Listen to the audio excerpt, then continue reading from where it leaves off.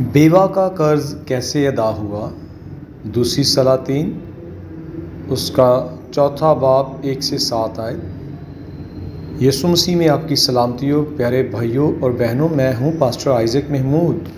آج ہم خدا کے کلام سے ایک زبردست معجزہ دیکھنے جا رہے ہیں۔ ایک بیوہ کا قرض کیسے ادا ہوا، یہ واقعہ ہمیں دوسری سلاطین باب نمبر 4 1 سے 7 آیت میں ملتا ہے۔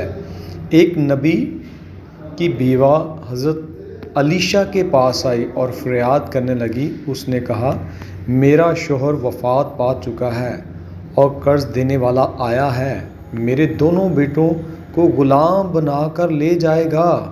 سوچئے ذرا، ایک بیوہ، شوہر نہیں، سہارا نہیں، اوپر سے قرض کا بوجھ اور بچوں کو کھونے کا خوف۔ لیکن یاد رکھیں، جب انسان کے دروازے بند ہو جاتے ہیں تب خدا کا دروازہ کھلتا ہے۔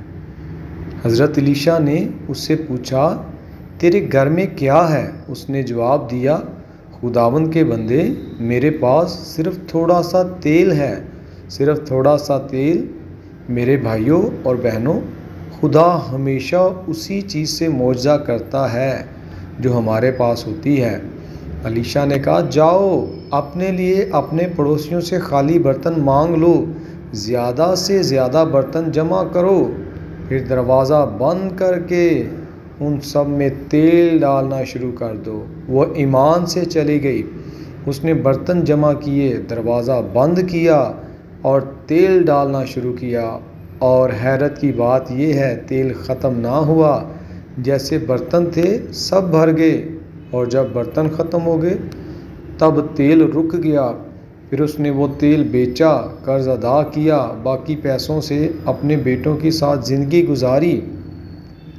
آج خدا آپ سے بھی پوچھ رہا ہے، تمہارے گھر میں کیا ہے؟ شاید آپ کے پاس، آپ کہیں شاید آپ کے پاس کچھ نہ ہو، میرے پاس کچھ نہیں ہے، صرف تھوڑی سی آمدنی ہے، تھوڑی سی امید ہے، تھوڑی سی دعا۔ لیکن یاد رکھیں، خدا کے ہاتھ میں وہ تھوڑا بھی بہت بن جاتا ہے۔ اگر آپ قرض میں ہیں، اگر کاروبار میں نقصان ہے، اگر حالات مشکل ہیں، تو آج ایمان سے قدم اٹھائیں، اپنا تھوڑا سا تیل خدا کے سپرد کریں۔